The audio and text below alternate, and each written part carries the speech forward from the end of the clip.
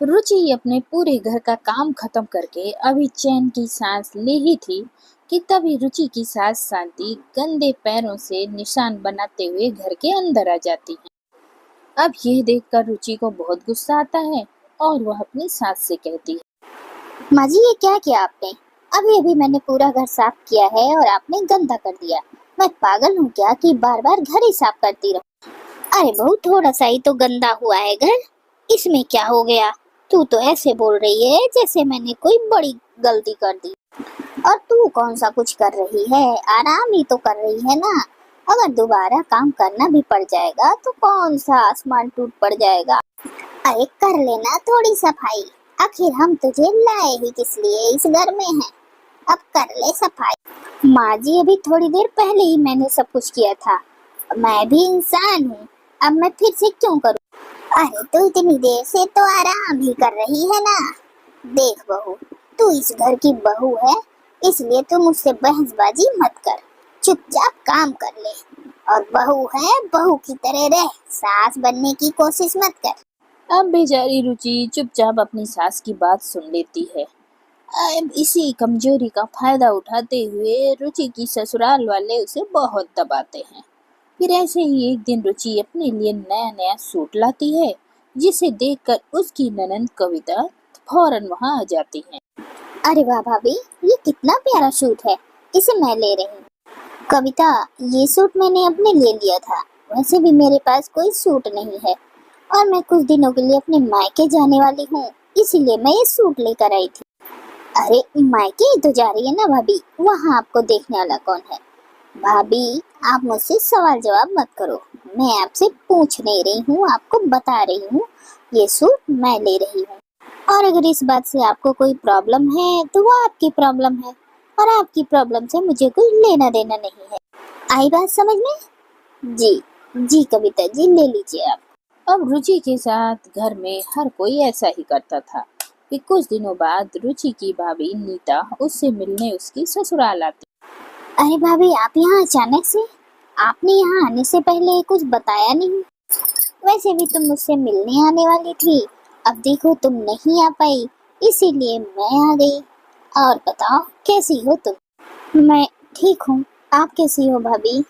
मैं तो बिल्कुल ठीक हूँ, पर रुचि, तुम मुझे ठीक नहीं लग रही हो। क्या हुआ? कुछ हुआ है क्या तुम्हें? नहीं भाभी, मुझे क्या होना है, मैं बिल्कुल ठीक हूँ। आप बैठो यहाँ, मैं आपके लिए कुछ चाय नाश्ता लेकर आती हूँ। अब रुचि अपनी भाभी के लिए चाय नाश्ता लेकर आती है और उनसे बैठकर बातें करती है। और रुचि अपनी भाभी के साथ काफी खुश थी। तभी उसका देवर अनुज वहां आता है और अपनी शर्ट उसके मुंह पर फेंकते हुए बोलता है। क्या है भाभी ये? आपसे एक काम ठीक से नहीं होता। अब बाकी कपड़ों के साथ मेरी शर्ट धोने का नतीजा देखा, कलर इस पे चढ़ गया है। लेकिन देवर जी, इसमें मेरी क्या गलती है? अगर मुझे पहले से पता होता कि ऐसा कुछ होगा तो मैं आपकी शर्ट अलग धो देती। रहने दो भाभी, रहने दो, आपका ये रोज का नाटक है। अब जाओ यहाँ से, मुझे गुस्सा मत दिलाओ। अब अनुज काफी बदतमीजी से बात कर रहा था, जो रुचि की भाभी को बिल्कुल नहीं अच्छा लगता। और वह रुचि से कहती है। जी, क्या बात हुई ननद जी? माना कि आपकी गलती होगी, लेकिन अनुज आपसे छोटा है, और आपसे छोटा होकर ऐसे कैसे बदतमीजी से बात कर सकता है? वही मैं सोच रही हूँ, मेरी दबंग ननद इतनी शांत कैसे हो गई? रुचि, तुम ही कहती थी ना, जितना दबोगी दुनिया उतना दबाएगी। अब रुचि को भी अपनी भाभी की बात समझ में आ जाती है और वह ससुराल में अपने हिसाब से रहने लगती है। फिर ऐसे ही एक दिन बैठकर सब टीवी देख रहे थे, तभी कविता कहती। माँ, टीवी देखते हुए पकौड़े खाने का बड़ा मन कर रहा है। अगर गर्मा गर्म पकौड़े मिल जाते तो मजा ही आ जाता। हाँ, तुम सही कह रही हो कविता। भाभी, अरे ओ भाभी, जा हम सबके लिए पकौड़े तल के लाओ, हम सब टीवी देख रहे हैं। तुम सबकी नौकर हूँ क्या मैं? अगर तुम सब टीवी देख रहे हो तो क्या मैं यहाँ बैठकर मटर छील रही हूँ? मैं भी तो टीवी देख रही हूँ ना। और अगर किसी को पकौड़े खाने हैं तो वो खुद जाकर बना ले। और हाँ, जो भी बनाने जाएगा मेरे लिए भी बना लेना। बहुत खिला दिया मैंने बनाकर खाना तुम सबको, अब बारी तुम लोगों की है।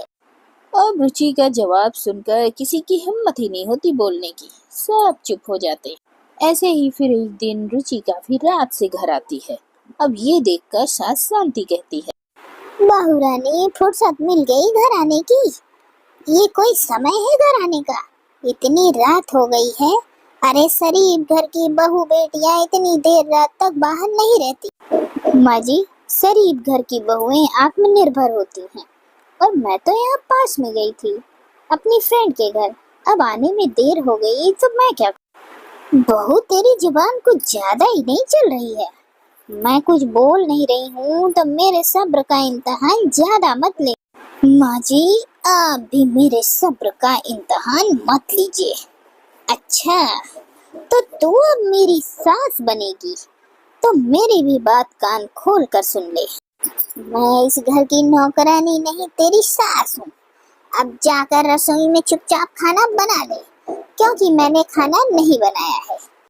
अच्छा, खाना नहीं बना है तो कोई बात नहीं।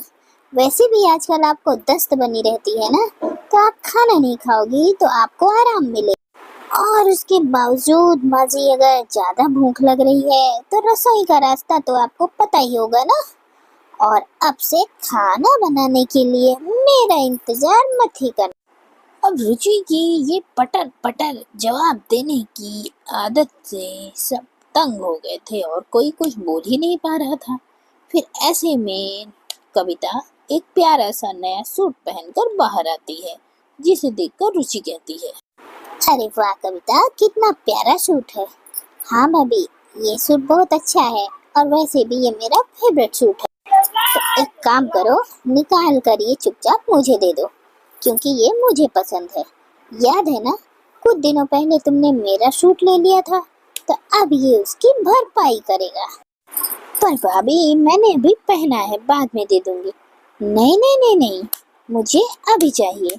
अरे जब तुम इसको बाहर घूम कर आओगी पहनकर, तो सब यही सोचेंगे कि ये तुम्हारा सूट है।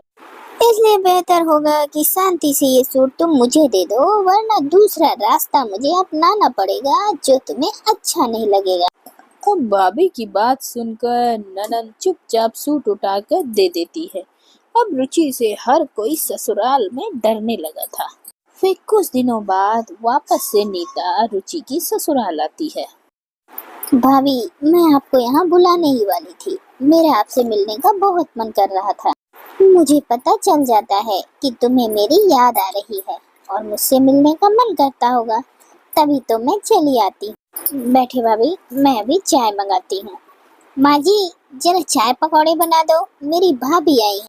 अब सास शांति रुचि की भाभी के लिए चाय पकौड़े लेकर आती है और घर में सब रुचि से बहुत अच्छे से बात करते हैं।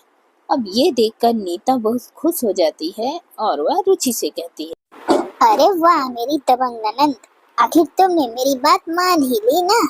हाँ भाभी, मैं पहले वाली जो थी वो किसी को पसंद नहीं, तो मैंने आपकी बात मान ही ली और अब देखो सबको अच्छी लग रही हूँ मैं।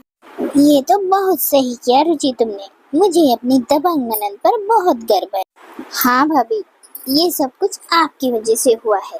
आज आपकी वजह से इस घर में मेरी कदर है और मेरा डर भी। और अब ये लोग ना मेरे साथ कुछ गलत करते हैं और ना ही घर में। अच्छी बात है, पर रुचि इस बात का कभी गलत फायदा मत उठाना। अच्छे से रहना और परिवार को भी खुश रखना। जरूरत पड़ने पर ही दबंगगिरी दिखाना, वरना पता चला तुमने अपनी ससुराल में इतना खौफ बना दिया कि सब तुमसे डरने। मुझे अपनी दबंग ननद पर नाज है, नाज।